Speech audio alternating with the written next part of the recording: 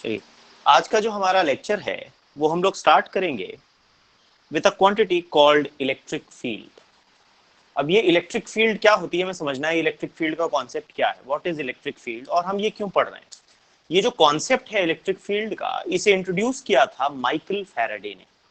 Faraday scientist है, ठीक है, उन्होंने इस कॉन्सेप्ट को इंट्रोड्यूस किया था। और क्यों किया था वो समझते हैं। मान लीजिए ये मेरे पास एक चार्ज है, इस चार्ज को मैंने कहा ये है कैपिटल क्यू, ठीक है। अब हमें पता है ये चार्ज फोर्स एक्सर्ट करता है किसी भी चार्ज के ऊपर जो इसके आसपास रखा जाता है।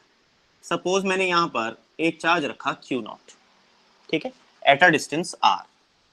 इस Q नॉट को मैंने इससे R दूरी पर रखा, तो ये Q इसके ऊपर फोर्स लगाएगा, इस डायरेक्शन में ऐसे फोर्स एक्ट करेगी इसके ऊपर।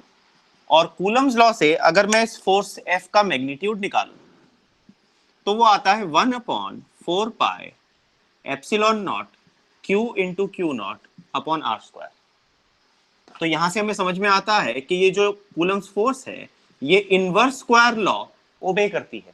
इनवर्स स्क्वायर लॉ ओबे करने का मतलब क्या है? इसका मतलब है ये इनवर्सली स्क्वायर के प्रोपोर्शनल रहेगी फोर्स। यानी अगर मैं डिस्टेंस बढ़ाऊंगा फोर्स कम होती चली जाएगी।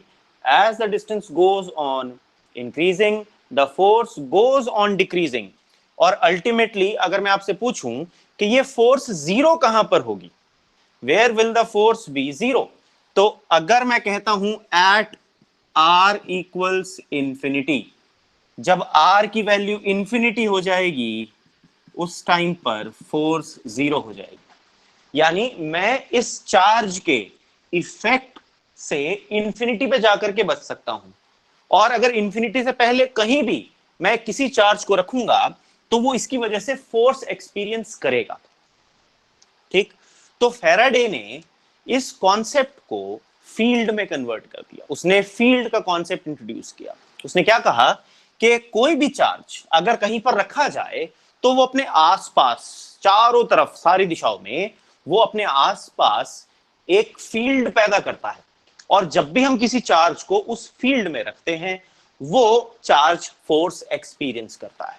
तो बेसिकली ये जो इलेक्ट्रिक फील्ड का कॉन्सेप्ट है उसने क्या किया, उसने एक चार्ज दिया ये वाला जो फील्ड प्रोड्यूस कर रहा है। इस चार्ज को हम बोलेंगे source charge. This charge is called source charge. और जो चार्ज फील्ड को एक्सपीरियंस करने के लिए रखा गया यहां पर Q नॉट, उसको हम बोलते हैं टेस्ट चार्ज, ठीक है। क्या बोलते हैं उसको? Test charge. बाय कन्वेंशन एक चीज याद रखना,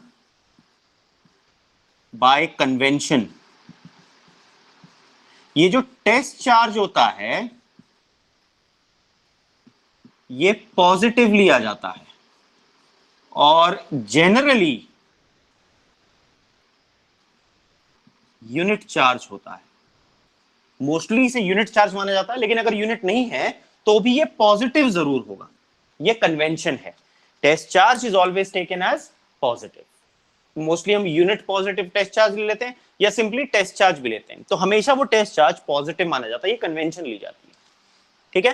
तो जो चार्ज अपनी फील्ड प्रोड्यूस कर रहा है या जिसकी वजह से फोर्स एक्सपीरियंस की जा रही है उस चार्ज को हम बोलते हैं सोर्स चार्ज।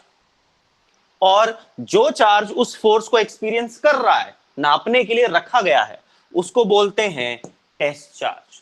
तो ये जो टेस्ट चार्ज है ये बेसिकली फील्ड के डिटेक्शन के लिए इस्तेमाल होता है। टेस्ट चार्ज अगर आपसे पूछे what is the function of test charge, test charge क्या कर रहा है यहां पर, ये अगर यहां पर फोर्स लग रही है तो हम कहेंगे यहां पर फील्ड है।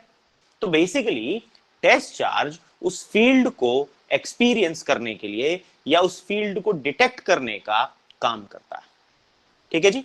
अब ये जो इलेक्ट्रिक फील्ड है फैराडे ने इसको डिफाइन कैसे किया? फैराडे ने कहा अगर मैं यहां पर Q नॉट चार्ज रखता हूं और वो F फोर्स एक्सपीरियंस कर रहा है तो उसकी इलेक्ट्रिक फील्ड इंटेंसिटी, ये याद रखना पड़ेगा आपको, इलेक्ट्रिक फील्ड इंटेंसिटी, इसको हम E से डिनोट करते हैं। तो फैराडे ने कहा कि अगर मैं एक चार्ज Q नॉट को रखने पर कहीं पर भी किसी एक चार्ज कैपिटल Q के पास r दूरी पर रखने पर अगर एक Q नॉट चार्ज जो कि हमारा टेस्ट चार्ज है F फोर्स एक्सपीरियंस कर रहा है, तो इस कैपिटल Q की electric field intensity at this point E वो होगी F अपॉन Q नॉट।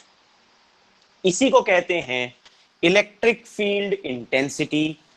ठीक है, तो इलेक्ट्रिक फील्ड इंटेंसिटी, भाई इलेक्ट्रिक फील्ड क्या हुई? इलेक्ट्रिक फील्ड वो स्पेस है किसी भी चार्ज के चारों तरफ जहां पर उसकी फोर्स को एक्सपीरियंस किया जा सकता है। Electric field is the space और the region around a given charge where its electric force can be experienced. किसी भी चार्ज के आसपास का वो एरिया या वो जगह, वो स्पेस जहां तक उसकी फोर्स को आप महसूस कर सकते हैं, that space around a charge is called its electric field. अब अगर हम फोर्स की बात करें, फोर्स कहां जाके खत्म होती है? इंफिनिटी तक। तो हम कह सकते हैं theoretically electric field of a charge exist till infinity. क्यों? क्योंकि फोर्स कहां तक महसूस होगी? इंफिनिटी तक एक्सपीरियंस होगी। तो फील्ड कहां तक में चलेगी? इंफिनिटी तक चलेगी। तो थ्योरेटिकली तो इलेक्ट्रिक फील्ड किसी भी चार्ज की जीरो केवल इंफिनिटी पर जाकर के होती है, लेकिन प्रैक्टिकली क्योंकि इनवर्स स्क्वायर लॉ है, ये इतनी कम होती चली जाती है, after a certain distance it becomes negligibly small. ठीक है, अब ये जो इलेक्ट्रिक फील्ड इंटेंसिटी होती है, इसको कैसे डिफाइन करते हैं, ये बहुत काम का है हमारे लिए, क्योंकि यही वो टॉपिक है जो हम आगे अब कंटिन्यू करेंगे। Electric field intensity, electric field तो बेसिकली क्वालिटेटिव है, बताता है कि भाई वो स्पेस किसी चार्ज के चारों तरफ जहां तक उसकी फोर्स को महसूस किया जा सके, उसे इलेक्ट्रिक फील्ड बोलते हैं। इलेक्ट्रिक फील्ड इंटेंसिटी उस फोर्स को नापने का तरीका है। ठीक है, तो इलेक्ट्रिक फील्ड इंटेंसिटी क्या है? Electric field intensity force upon charge होती है। इसको मैं कह सकता हूं force experienced bye a unit charge placed at a certain point. मान लो ये पॉइंट P है, मुझे इस पॉइंट P पर इलेक्ट्रिक फील्ड इंटेंसिटी निकालनी है, तो मैं कहूंगा अगर फोर्स F लग रही है चार्ज Q नॉट के ऊपर, तो electric field intensity at point P is F upon Q naught, यानी force experienced per unit test charge. ठीक है, इसको हम डिफाइन करते हैं as electric field intensity at a given point. ठीक है जी, अभी जो इलेक्ट्रिक फील्ड इंटेंसिटी होती है, इसमें एक दिक्कत आ सकती है। क्या दिक्कत आ सकती है? हम लोगों ने प्रिंसिपल ऑफ सुपरपोजिशन पढ़ा था। ठीक है, तो अब मान लो मैं यहां पर इसकी फील्ड की बात कर रहा हूं, अगर ये Q नॉट भी बड़ा हो गया तो अपने ही पॉइंट पर इसकी फील्ड इनफाइनाइट हो जाएगी। क्यों भाई? देखो, force inversely proportional to R square है। अगर आर की वैल्यू 0 कर दूं, if R equals to 0 F equals to infinity, और अगर एफ इंफिनिटी होगी तो ई भी इंफिनिटी हो जाएगी।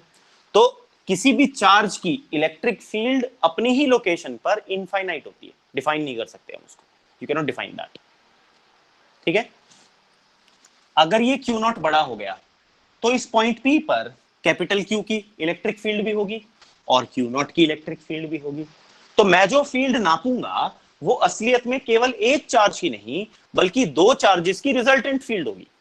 तो इस प्रॉब्लम को कैसे सॉल्व करें? इस प्रॉब्लम को सॉल्व किया जा सकता है by applying limit in this case. तो इलेक्ट्रिक फील्ड की जो प्रॉपर डेफिनेशन बनती है वो आती है limit Q not approaches 0 F upon Q not. ऐसा क्यों किया गया? ऐसा इसीलिए किया गया, ये लिमिट हमने इसीलिए लगाई क्योंकि अगर Q नॉट बड़ा हो गया तो इस पॉइंट P पर हम दोनों की रिजल्टेंट फील्ड नापेंगे, जबकि असलियत में Q नॉट केवल कैपिटल Q की फील्ड नापने के लिए इस्तेमाल किया जाना था। तो इसीलिए हम Q नॉट को इतना छोटा, इतना स्मॉल कंसिडर करते हैं, जिसकी वजह से इस पॉइंट P पर जो फील्ड आती है वो इन दोनों का रिजल्टेंट ना होकर के बल्कि केवल प्योरली कैपिटल Q की होती है, क्योंकि Q नॉट इतना स्मॉल हो जाता है कि उसकी फील्ड नेग्लिजिबल होने की वजह से हम कहते हैं एग्जिस्ट नहीं करती। सो यहां पर हम जो फील्ड नापेंगे वो प्योरली कैपिटल Q की होगी। इसीलिए आप पाएंगे कि हम जनरली फील्ड को लिखते हुए ये लिमिट Q नॉट अप्रोचेस 0 ये कॉन्सेप्ट यूज करते हैं। समझ में आ गया? तो ये तो था basic formula of electric field intensity. कैसे डिफाइन करेंगे इलेक्ट्रिक फील्ड इंटेंसिटी को? The electric field at a point is the electrostatic force per unit test charge acting on a vanishingly small positive test charge. vanishingly small positive test charge क्यों? क्योंकि यहां पर मैंने कहा है Q naught approaches 0. vanishingly small positive test charge. ठीक है, इसीलिए हम लोग ये वाला फॉर्मूला अक्सर नोटिस करेंगे, बुक्स में भी आपको ये लिखा मिलेगा, Q naught approaches 0. ठीक है, अब इसकी यूनिट्स की बात करते हैं. जो यूनिट है इलेक्ट्रिक फील्ड इंटेंसिटी की, वो होती है न्यूटन पर कूलम. ऐसा यूनिट इज न्यूटन पर कूलम. अब ये कैसे निकलती है हम इसको देख लेते हैं. भाई यूनिट तो हमने सुन ली कि ये होती है, यूनिट हम याद भी कर लेंगे, लेकिन ये बनी कैसे हम वो भी देख लेते हैं. देखो, हमने इलेक्ट्रिक फील्ड का बेसिक फॉर्मूला जो डिफाइन किया वो है F यानी फोर्स अपॉन टेस्ट चार्ज. अब फोर्स की जो यूनिट होती है वो होती है न्यूटन और चार्ज की यूनिट होती है कूलम. तो इसीलिए ये बन गई न्यूटन पर कूलम. ठीक है, इसको 1 न्यूटन पर कूलम जो होगा वो कैसे डिफाइन होगा. 1 न्यूटन पर कूलम कब है? अगर 1 कूलम का charge, if 1 coulomb charge experiences a force of 1 Newton at a given point, then electric field intensity at that point is 1 Newton per coulomb. अगर मान लो मैंने ये कहा ये एक चार्ज Q है, इस पॉइंट P पर मैं 1 कूलम का चार्ज रखता हूं और इस 1 कूलम के चार्ज के ऊपर 1 न्यूटन की फोर्स एक्ट करती है. तो इस पॉइंट P पर जो इलेक्ट्रिक फील्ड इंटेंसिटी है वो कितनी होगी? 1 न्यूटन पर कूलम. अगर किसी भी पॉइंट पर एक यूनिट चार्ज 1 कूलम का चार्ज रखने पर 1 न्यूटन की फोर्स लगे तो उस पॉइंट पर जो इलेक्ट्रिक फील्ड इंटेंसिटी है वो कितनी मानी जाती है? 1 न्यूटन पर कूलम. देखो, मैंने अभी आपको कन्वेंशन बताई थी. मैंने कहा था बाय कन्वेंशन टेस्ट चार्ज हमेशा पॉजिटिव होता है और मोस्ट ऑफ द टाइम्स हम जो चार्ज लेते हैं वो कितना लेते हैं? Unit positive test charge. ठीक है, अब आप कहोगे सर यहाँ पे ये दूसरी यूनिट भी है, वोल्ट पर मीटर. ये यूनिट एक फॉर्मूला से आई है जिसको हम आगे चल करके पढ़ेंगे. पोटेंशियल अपॉन डिस्टेंस इसका फॉर्मूला होता है. ठीक है, dv अपॉन dr या v अपॉन r. हम ये फॉर्मूला आगे चल करके पढ़ेंगे. ये आगे further E is equal to v upon r या dv upon dr, small voltage upon small distance, ये हम पढ़ेंगे. तो इससे यहां पर वोल्ट आ जाता है वोल्टेज के लिए और डिस्टेंस के लिए मीटर आ जाता है, इसलिए बन जाता है वोल्ट पर मीटर. ठीक है जी, ये आ गया. अब इसके डायमेंशनल फॉर्मूला निकालते हैं. इसकी डायमेंशंस कैसे निकली देख लीजिए. ठीक है, हमने कहा electric field intensity is force upon charge. ये कहा फोर्स अपॉन टेस्ट चार्ज. अब जो फोर्स होती है उसका डायमेंशनल होता है mlt-2 और चार्ज क्योंकि एक डिराइव्ड क्वांटिटी है इसका डायमेंशनल फॉर्मूला होता है at, करंट इनटू टाइम वाला फॉर्मूला इस्तेमाल करके. ये करंट फंडामेंटल क्वांटिटी थी रखा, तो आपके पास डायमेंशनल फॉर्मूला आ गया mlt-3a-1. ठीक है, ये बन गया dimensional formula for electric field intensity. ठीक है जी, ये इलेक्ट्रिक फील्ड इंटेंसिटी का डायमेंशनल फॉर्मूला बन गया. अब ये हम इलेक्ट्रिक फील्ड इंटेंसिटी का कॉन्सेप्ट इंट्रोड्यूस क्यों किया गया? एक क्वेश्चन आपको मिलेगा आपकी बुक में, what is the physical significance of electric field intensity. ये जो इलेक्ट्रिक फील्ड इंटेंसिटी है इसकी फिजिकल सिग्निफिकेंस क्या है, हमको वो पढ़ना है. ठीक है, ये क्वेश्चन भी आता है, तो आप इस क्वेश्चन का आंसर कैसे देंगे? देखिए, समझिए इसकी फिजिकल सिग्निफिकेंस क्या है.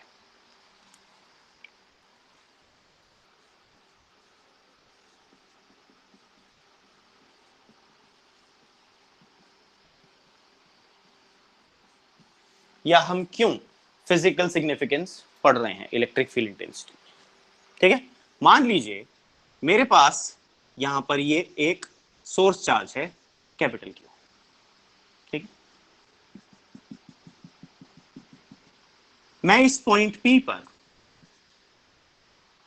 कहता हूं इलेक्ट्रिक फील्ड इंटेंसिटी E है.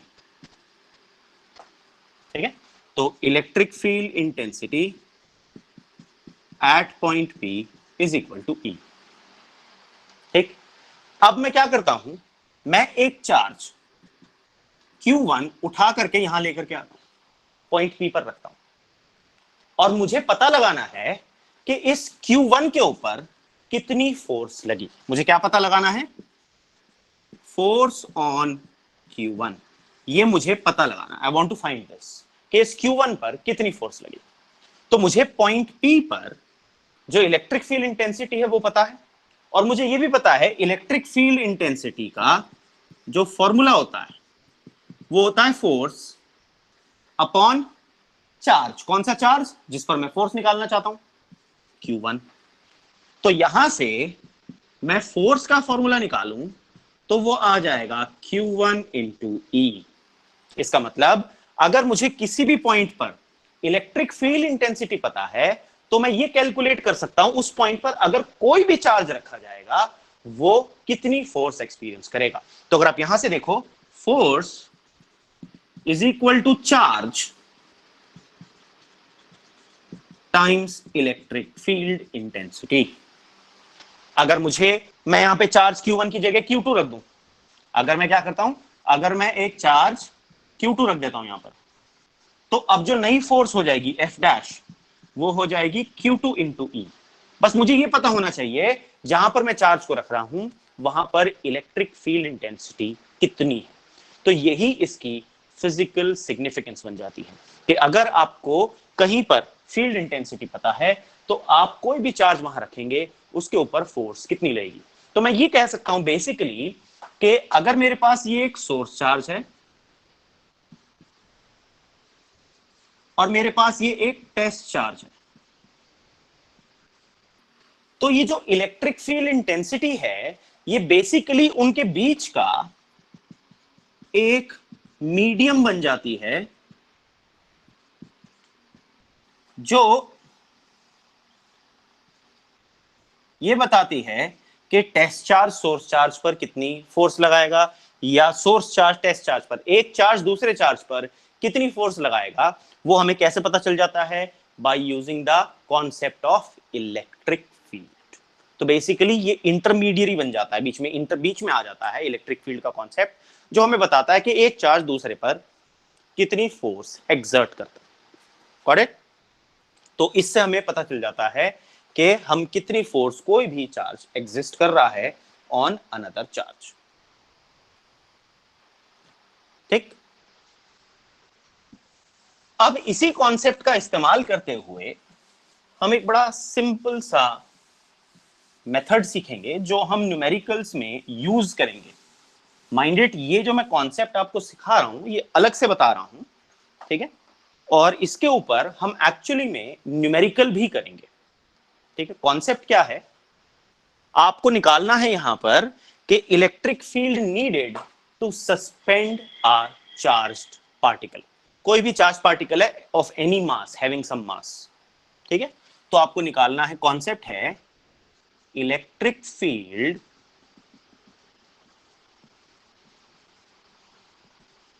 required to suspend a charged object। किसी भी एक चार्ज ऑब्जेक्ट को हवा में सस्पेंडेड रखने के लिए अपनी जगह पर कितनी इलेक्ट्रिक फील्ड चाहिए होती है वो निकालना है। इसी को मैनिपुलेट करके अननोन वेरिएबल इस मेथड में हम निकाल पाएंगे जो भी क्वेश्चन में आपको गिवन होगा। ठीक है, तो पहले हम देखते हैं कॉन्सेप्ट क्या है। क्वेश्चन है, मान लीजिए ये मेरे पास एक चार्ज है Q plus Q, positive charge, और इसका मास है M, तो इसका वेट mg नीचे की तरफ एक्ट करेगा। ठीक है, तो we have a charged object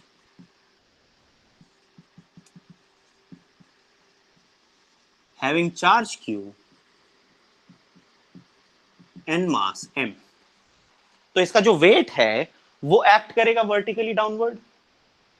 ठीक है, अब मुझे इसके ऊपर इसको बैलेंस करना है, इस वेट को काउंटर बैलेंस करना है, सस्पेंड करने के लिए। सस्पेंड का मतलब इक्विलिब्रियम, इक्विलिब्रियम करने के लिए मुझे फोर्स ऊपर लगानी पड़ेगी। To suspend the object a force must act in upward direction।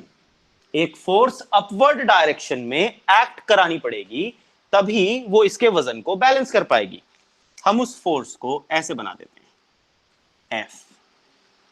ठीक है, मैं कहता हूं सपोज इस जगह पर जो इलेक्ट्रिक फील्ड है उसको हम नाम देते हैं E।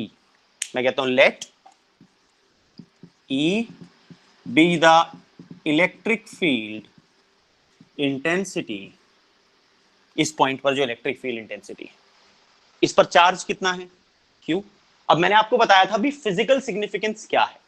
Physical significance electric field intensity की है कि अगर मुझे कहीं पर इलेक्ट्रिक फील्ड इंटेंसिटी पता है तो मैं उस जगह पर लगने वाली फोर्स निकाल सकता हूं। ठीक, तो इलेक्ट्रिक फील्ड इंटेंसिटी का फॉर्मूला होता है F अपॉन यहां पर चार्ज है Q। तो मैं कह सकता हूं therefore F is equal to QE। ठीक है, और ये जो वेट है इसका W, ये mg के बराबर है। अब अगर इस पार्टिकल को यहां सस्पेंडेड रहना है, for particle to remain suspended, F W के बराबर होना चाहिए, तभी केवल ऐसा पॉसिबल है। ऊपर वाली फोर्स नीचे वाली फोर्स को बैलेंस कर लेगी, तो ये पार्टिकल अपनी जगह का जगह रहेगा, ना ऊपर जाएगा ना नीचे जाएगा। It will remain suspended in equilibrium. इसका मतलब क्या है? इसका मतलब है QE mg के बराबर होनी चाहिए। तो मैं कह सकता हूं E की वैल्यू कितनी होनी चाहिए भैया? mg upon Q। तो इलेक्ट्रिक फील्ड का फॉर्मूला यहां से आ जाता है वेट अपॉन चार्ज।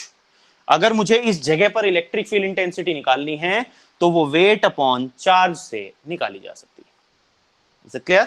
तो ये था वो इलेक्ट्रिक फील्ड का कॉन्सेप्ट जो हमें चाहिए होता है किसी भी ऑब्जेक्ट को अपनी एक जगह पर हवा में सस्पेंडेड रखने के लिए।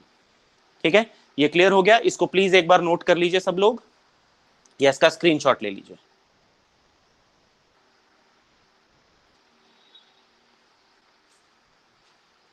क्योंकि ये एज अ डेरिवेशन मैंने बताया है आपको, एक्चुअली में ये न्यूमेरिकल है, तो मैंने आपको एज अ डेरिवेशन करा दिया।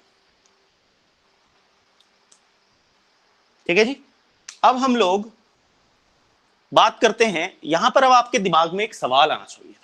सवाल क्या? सर आपने इलेक्ट्रिक फील्ड की डायरेक्शन ऊपर क्यों बनाई? नीचे भी तो हो सकती थी, ऊपर ही क्यों बनाई? उसका कारण है कि पॉजिटिव चार्ज के ऊपर फोर्स इलेक्ट्रिक फील्ड की डायरेक्शन में लगती है। ये चीज याद रखनी है हमको। मैं आपको बता देता हूं क्या क्या कुछ इंपॉर्टेंट पॉइंट्स है जो यहां से रिलेटेड है। इनका रीजंस हम आगे समझेंगे, जैसे जैसे कॉन्सेप्ट में आगे बढ़ते जाएंगे हमें इनके रीजंस भी मिलते जाएंगे। जब मैं आगे इलेक्ट्रिक फील्ड लाइन इनकी डेफिनेशंस वगैरह जब आपको बताऊंगा तो आपको ये कारण भी समझ में आ जाएगा कि मैंने आपको क्यों कहा कि ये डायरेक्शन ऊपर होनी चाहिए और नीचे नहीं होनी चाहिए।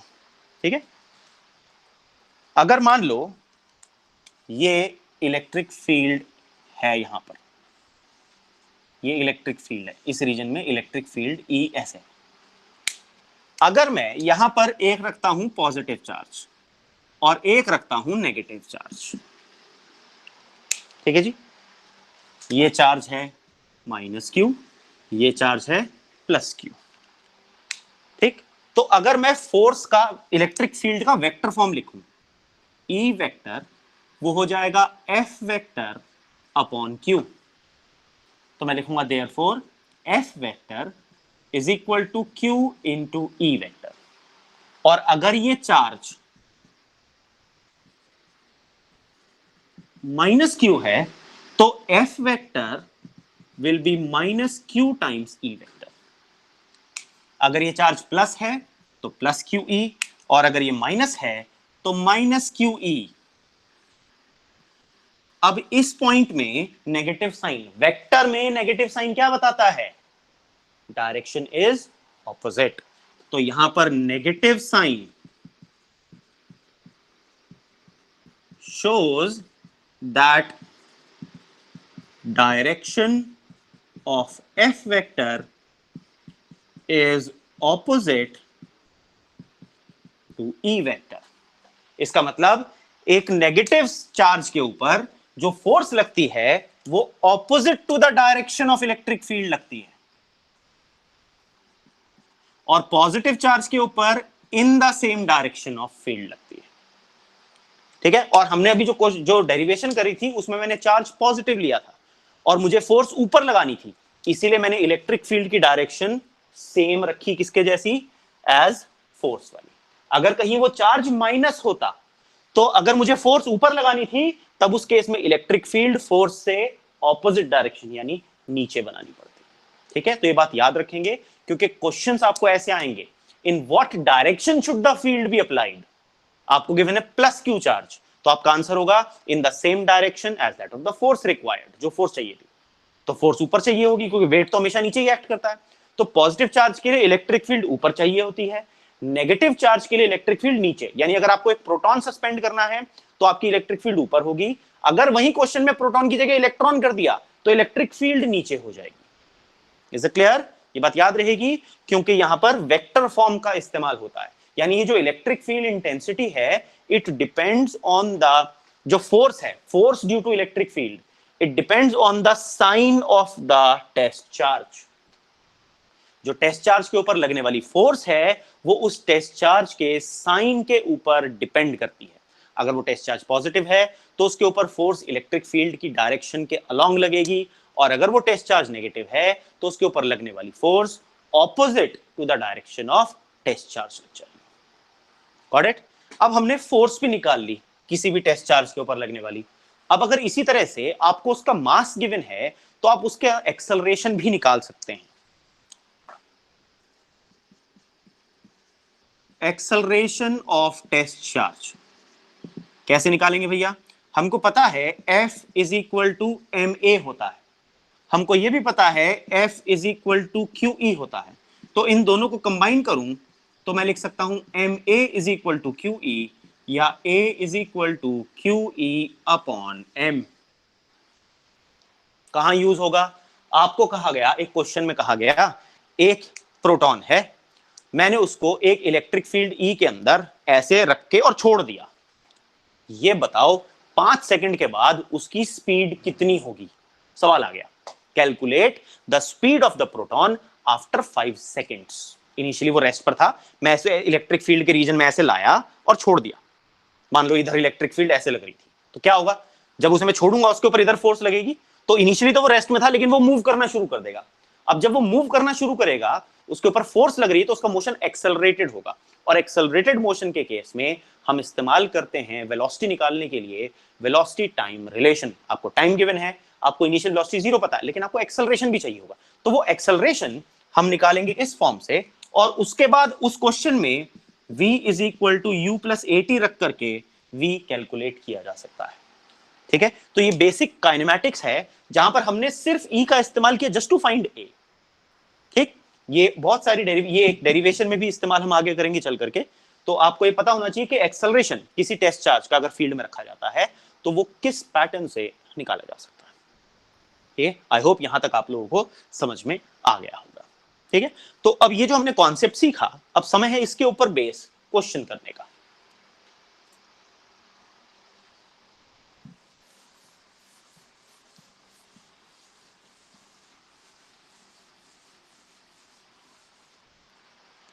अब देखो क्वेश्चन क्या है। क्वेश्चन है how many electrons should be removed from a coin of mass 1.6 ग्राम। 1.6 ग्राम की एक कॉइन है, उसमें से कितने इलेक्ट्रॉन निकालूं? अब बात याद करो, इलेक्ट्रॉन निकालने पर कौन सा चार्ज आता है? जब हम किसी बॉडी में इलेक्ट्रॉन डालते हैं उसके पास नेगेटिव चार्ज आता है, जब इलेक्ट्रॉन निकालते हैं उसके पास कौन सा चार्ज आता है? पॉजिटिव। तो इसका मतलब यहां पर जो कॉइन होगी कौन सा चार्ज होगा उसके पास? Positive charge. ठीक है, तो आपको कहा गया एक कॉइन है जिसका मास m आपको गिवन है। Let us draw the question. ये आपको एक सिक्का गिवन है, ऐसा दिया होगा ना सिक्का, ये सिक्का है। ठीक है, इसका मास m आपको गिवन है, तो मैं इसका वेट निकाल सकता हूं जो कि हमेशा वर्टिकली डाउनवर्ड एक्ट करेगा। तो weight is equal to mg, और according to the question m is 1.6 gram, यानी 1.6 इंटू 10 की पावर -3 किलोग्राम, क्योंकि हम ऐसा यूनिट यूज करते हैं। ऐसा यूनिट में मास यूनिट ग्राम नहीं किलोग्राम होती है। ठीक है, इस उसमें गिवन है आपको, so that it just floats in the electric field. आपको इलेक्ट्रिक फील्ड ई की वैल्यू गिवन है 10⁹ न्यूटन पर कूलम।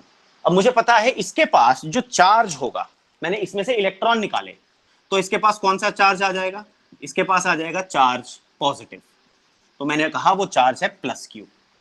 ठीक है, अब इसमें जो इलेक्ट्रिक फील्ड की डायरेक्शन है वो किधर होनी चाहिए आपके हिसाब से बताओ। वेट नीचे है, तो मुझे जो फोर्स लगानी है वो ऊपर लगानी पड़ेगी, और पॉजिटिव चार्ज के ऊपर फोर्स कब लग सकती है, जब उस रीजन में इलेक्ट्रिक फील्ड भी फोर्स की ही डायरेक्शन में हो।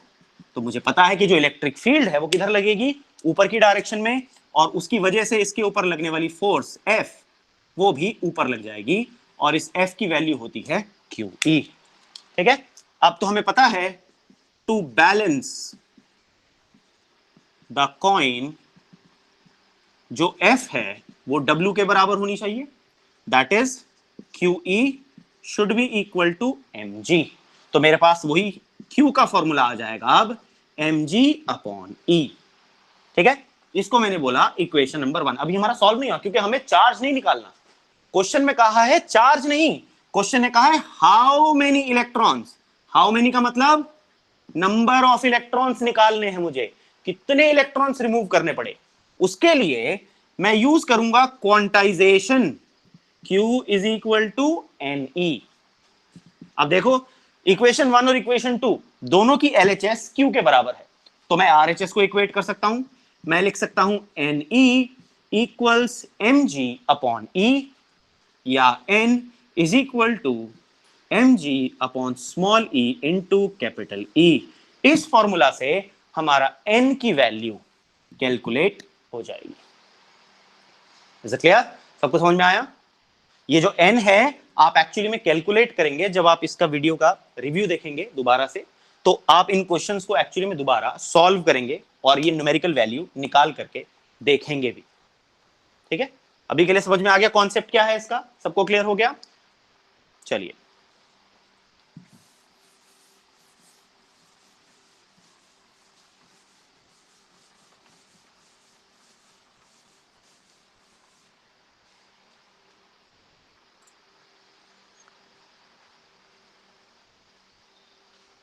ठीक है, नेक्स्ट क्वेश्चन। क्वेश्चन है a pendulum of mass 80 milligram carrying a charge of 2 into 10 की power -8 coulomb is at rest in a horizontal uniform electric field of इतने वोल्ट पर मीटर, 2 into 10 की पावर 4 वोल्ट पर मीटर। आपको निकालना है find the tension in the thread of the pendulum and the angle it makes with the vertical. देखो अब हम अपने वो चार्ज वाले कॉन्सेप्ट जो हमने वो इक्विलिब्रियम वाले कॉन्सेप्ट सीखे थे उसका इस्तेमाल करेंगे साथ में। फिगर बना लेते हैं।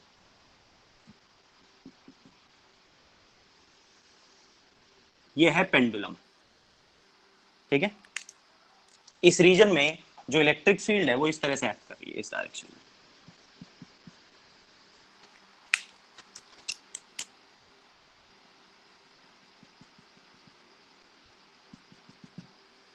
ठीक है जी, अब इसके ऊपर जो force due to electric field लगेगी F, वो ऐसे लगेगी F is equal to QE। इसका जो वेट है mg वो नीचे एक्ट करेगा, ये हमको पता है, और जो स्ट्रिंग के अंदर टेंशन है T वो ऐसे एक्ट करेगी। 3 फोर्सेस लग रही हैं। अब मैंने आपको इस क्वेश्चन को सॉल्व करना सिखाया था with the help of resolution of vectors. तो मैं क्या करूंगा, मैं इस टेंशन T को रिजॉल्व कर लूंगा। इस टेंशन T का एक कंपोनेंट यहां पर बनेगा, ये एंगल थीटा हो जाएगा ऑल्टरनेट एंगल्स की वजह से, तो ये वाला कंपोनेंट T cos थीटा हो जाएगा, और एक कंपोनेंट इधर बनेगा, इस कंपोनेंट की वैल्यू हो जाएगी T sin थीटा। अब इन्होंने कहा देखो pendulum of mass this is at rest. At rest का मतलब ये ऑसिलेट नहीं कर रही है, ये अपनी जगह पर रुकी हुई है। तो मैंने कहा इस पर जो चार्ज है वो है Q सपोज। ठीक है, तो अब इक्विलिब्रियम की कंडीशन में तुम कहेंगे since the pendulum is in equilibrium, ये जो पेंडुलम हमारे पास है ये एक्चुअली में इक्विलिब्रियम में है। और क्योंकि ये इक्विलिब्रियम में है तो y एक्सिस की फोर्सेस और x एक्सिस की फोर्सेस एक दूसरे को बैलेंस करेंगी। ठीक है, तो मैं कहूंगा ये जो t साइन थीटा है ये QE के बराबर होनी चाहिए। इसको मैंने बोला इक्वेशन नंबर 1। ठीक, और ये जो t cos थीटा है ये mg के बराबर होना चाहिए। अब अगर मैं इन दोनों इक्वेशंस को डिवाइड कर दूं, डिवाइडिंग 1 बाय 2, तो t साइन थीटा, t से t कैंसिल हो जाएगा, sine theta upon cos theta बन जाएगा मेरे पास tan थीटा। वैल्यू कितनी आ जाएगी, QE अपॉन mg। तो मैं यहां से थीटा की वैल्यू निकाल सकता हूं tan inverse of mg upon QE upon mg।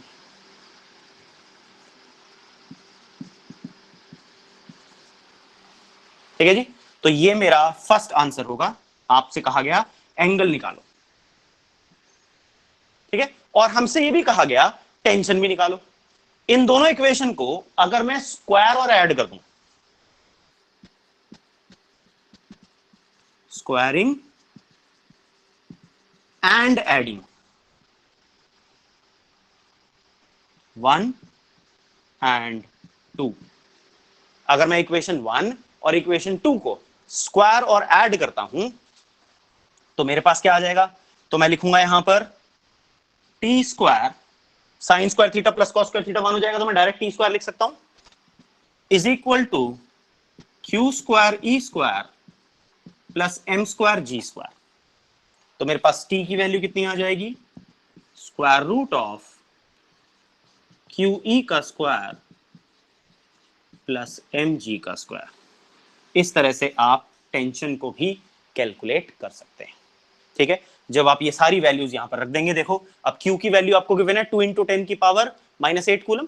भाई क्वेश्चन के हिसाब से जो Q है वो है 2 × 10 की पावर -8 कूलम, जो E है वो है 2 × 10 की पावर 4 वोल्ट पर मीटर। ठीक है, आपको यही चाहिए, G की वैल्यू 9.8 होती है। ठीक है, आपको इसमें वैल्यू आ गया, और मास की वैल्यू भी गिवन है आपको 80 मिलीग्राम, that is 80 into 10 की power -6 kg।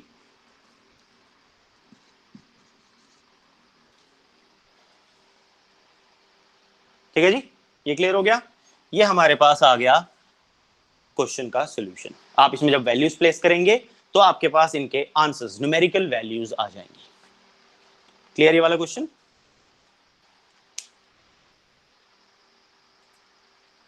Next, a charged particle of charge 2 microcoulomb and mass 10 milligram moving with a velocity of 1000 meter per second enters a uniform electric field of 1000 newton per coulomb directed perpendicular to its direction of motion. Find the velocity and displacement of the particle after 10 seconds. ठीक है जी, अब इसको करने के लिए पहले हम एक कॉन्सेप्ट को सीखते हैं, motion of a charge particle in electric field.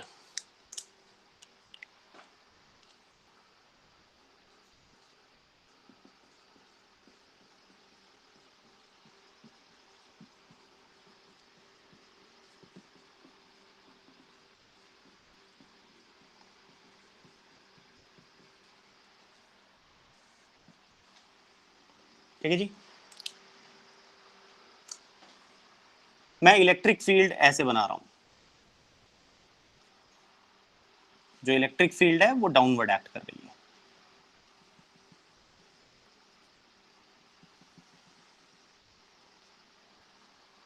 ठीक है,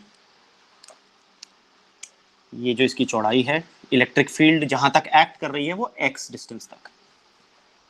मैं एक चार्ज पार्टिकल को लेता हूं, ये q, और इसकी इनिशियल वेलोसिटी u है। ये इस इलेक्ट्रिक फील्ड में एंटर करता है। अगर फील्ड इसके ऊपर फोर्स ना लगाती तो ये सीधा जाता और यहां पर मिलता पॉइंट ओ पर, लेकिन फील्ड इसके ऊपर फोर्स लगाएगी। सेम वही केस जैसा मैं एक बॉडी को हॉरिजॉन्टली अर्थ के अंदर प्रोजेक्ट करूं, अगर अर्थ की ग्रेविटी ना होती तो वो सीधा जाना चाहिए, लेकिन होता क्या है, वो पैराबोलिक पाथ फॉलो करता है। याद है ना, horizontal projection of a projectile हम लोगों ने पढ़ा था, एग्जैक्टली वही डेरिवेशन। ठीक है, तो क्या है, ये पार्टिकल ऐसे इस तरह से चल करके आएगा इंस्टेड, और ये इस पॉइंट P पर मिलेगा, और ये पॉइंट P जो है इस एक्चुअल पॉइंट से y दूरी पर है, यानी इसका डिस्प्लेसमेंट y है। तो मुझे ये y भी निकालना है, और यहां पर जो इस चार्ज पार्टिकल की वेलोसिटी होगी फिलहाल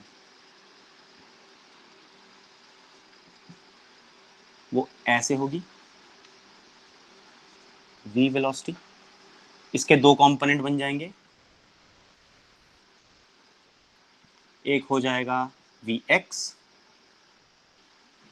और एक कंपोनेंट बन जाएगा vy। ठीक है, मुझे vx vy कैलकुलेट करना है, तब मैं v निकाल सकता हूं, फाइनल वेलोसिटी निकाल सकता हूं, साथ में उसका डिस्प्लेसमेंट निकाल सकता हूं। ठीक, तो अब यहां पर जो फोर्स लगेगी, देखो जो इलेक्ट्रिक फील्ड है इस रीजन में वो है E। ठीक है, तो जो फोर्स होगी F वो हो जाएगी QE, और जो एक्सेलरेशन है वो हो जाएगा QE अपॉन M। क्यों भैया, क्योंकि न्यूटन सेकंड लॉ से MA, फोर्स MA भी होती है और QE भी होती है। तो जब मैं दोनों को इक्वेट करूंगा तो मैं कह सकता हूं acceleration is equal to QE upon M। ये फोर्स किस डायरेक्शन में लेगी, मेरा सवाल आपसे ये। पॉजिटिव चार्ज है, इलेक्ट्रिक फील्ड नीचे है, तो जो फोर्स होगी वो भी तो इलेक्ट्रिक फील्ड की ही डायरेक्शन में होगी, यानी फोर्स इस डायरेक्शन में, जो F वेक्टर है वो इस डायरेक्शन में लग रहा है, और जिस डायरेक्शन में फोर्स होती है एक्सेलरेशन भी एग्जैक्टली उसी डायरेक्शन में होता है। तो यही सेम डायरेक्शन एक्सेलरेशन की भी है। कौन सा एक्सिस है ये, एक्स या वाई, ये है वाई एक्सिस। तो ये मेरे पास आ जाएगा ए वाई के बराबर। एक्स एक्सिस पर कितनी फोर्स है, कोई भी फोर्स नहीं है, क्योंकि अगर फोर्स वाई एक्सिस पर है तो एक्स एक्सिस पर उस फोर्स का कंपोनेंट जीरो होगा। ये हमने वेक्टर्स में पढ़ा था, जब भी कोई एक वेक्टर किसी एक एक्सिस के अलोंग होता है तो बाकी एक्सिस पर उसका कंपोनेंट जीरो हो जाता है। Got it. तो यहां पर जो हमारे पास नेक्स्ट, अब जो ए एक्स होगा उसकी वैल्यू कितनी हो जाएगी, जीरो। अब इसकी इनिशियल वेलोसिटी u कौन से एक्सिस के अलोंग है, एक्स एक्सिस के अलोंग है, तो इसका y कंपोनेंट कितना हो जाएगा, फिर से जीरो। तो जो इनिशियल वेलोसिटी है ux वो तो u के बराबर है, और जो uy है वो जीरो है। ठीक है, अब हमें लगानी है इक्वेशंस ऑफ मोशन। मुझे वेलोसिटी निकालनी है ना, तो मुझे इक्वेशंस ऑफ मोशन लगानी पड़ेगी प्रोजेक्टाइल वाले पाथ के लिए, याद करो। तो मैं लिखूंगा vx is equal to ux plus axt, कितना आ गया u। इसी तरह से मैं लिखूंगा vy is equal to uy plus ayt, ये कितना आ गया QE upon m into T. vy आ गया, vx आ गया। क्या निकालने को कहा है, फाइंड इट्स वेलोसिटी। vx और vy आ गया, ये दोनों कंपोनेंट निकाल लिए मैंने। इस फिगर से जरा v कैसे निकलेगा, अगर आपके पास एक कंपोनेंट है vx, एक कंपोनेंट है vy, तो v का फॉर्मूला होता था under root vx square plus vy square. तो मैं लिखूंगा v is equal to square root of vx square plus vy square. Value डाल दो, vx की वैल्यू है u, तो u square plus QET upon m इसका होल स्क्वायर। ये आ गया हमारा पहला answer, that is the velocity of the charge particle. Velocity आ गई। अब इन्होंने कहा डिस्प्लेसमेंट निकालो, you have to find the displacement. Displacement ये नहीं कहा कि y एक्सिस का डिस्प्लेसमेंट, पूरा डिस्प्लेसमेंट निकालो। पूरा डिस्प्लेसमेंट ये होगा, this will be your displacement यहां से। तो x और y दोनों का स्क्वायर का square root, under root X square plus Y square. ठीक है, तो डिस्प्लेसमेंट निकालना है। तो पहले हम y निकाल लें। यहां से y कैसे निकलेगा? सेकंड इक्वेशन से, y is equal to U Y T plus half A Y T square. ठीक है, कितना आ जाएगा? यू वाई कितना है? 0, ए वाई कितना है? क्यू ई अपॉन एम। तो मेरे पास आ जाएगा Q E T square upon 2m। ये तो y की वैल्यू आ गई। इसी तरह से x की वैल्यू में निकाल सकता हूं, x is equal to U X T plus half A X T square. A X 0 है तो पूरी टर्म 0, तो मेरे पास आ गया x is equal to U T. y आ गया, x आ गया। अब मुझे निकालना है डिस्प्लेसमेंट, तो मैं लिखूंगा therefore displacement d is equal to under root X square plus Y square. Value place कर दो, डिस्प्लेसमेंट d आ जाएगा अंडर रूट यू टी का whole square plus Q E T square upon 2m का whole square. ये आ गई value of displacement. ठीक है, तो इस तरह से हमने डिस्प्लेसमेंट भी निकाल लिया और वेलोसिटी भी निकाल ली फॉर दिस क्वेश्चन। अब ये तो इस क्वेश्चन की बात थी। इसमें मैं थोड़ा सा एक चीज और एडिशनल इसमें ऐड कर सकता हूं जो फ्यूचर में और कॉम्पिटिटिव क्वेश्चंस में आपके काम आएगा। क्या है वो है इसके पाथ की इक्वेशन, ट्रेजेक्ट्री की इक्वेशन। याद है हम लोगों ने सेम इसी तरह से ट्रेजेक्ट्री निकाली थी in horizontal projection of a projectile. तो हमने एग्जैक्टली वही सेम चीज अब यहां यूज करनी है। ठीक है, मुझे स्पेस चाहिए इसलिए मैं इसको रब कर रहा हूं। हम यही वाले फॉर्मूलाज यूज करेंगे उसमें। ठीक है जी। अब ट्रेजेक्ट्री की equation of trajectory, equation of trajectory कैसे निकालें? देखो, हमें यह बात पता है कि जो x होता है वो होगा U X T plus half A X T square.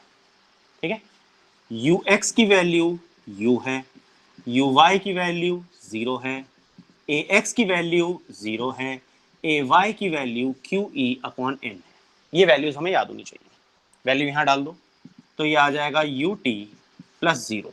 तो मैं यहां से टाइम की वैल्यू लिखूंगा x अपॉन यू। याद है मेथड, टाइम की वैल्यू x से निकालो और y की इक्वेशन में पुट करना होता है तो ट्रेजेक्ट्री की इक्वेशन बन जाती थी। इसी तरह से y की इक्वेशन लिखो, वो हो जाएगा u Y T plus half ए वाई टी स्क्वायर।